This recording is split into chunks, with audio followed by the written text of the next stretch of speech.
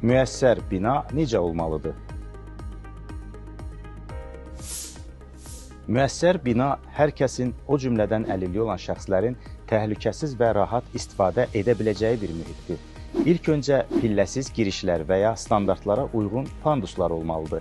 Qapılar rahat açılmalı və hərəkət üçün maneə yaratmamalıdır.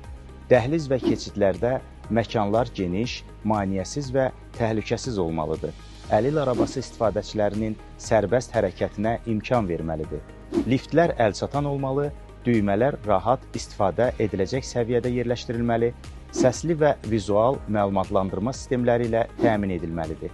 Eyni zamanda uyğun sanitar qovşaqlar yaradılmalı, giriş-çıxış hissələri rahat və maneəsiz, döşəmə sürüşməyən materiallardan olmalı, tutacaqlar və uyğun avadanlıqlar quraşdırılmalıdır. Görmə məhdudiyyəti olan şəxslər üçün isə taktil istiqamətləndiricilər, səsli məlumatlandırma sistemləri və toxunaraq hiss edilən nişanlar təmin edilməlidir.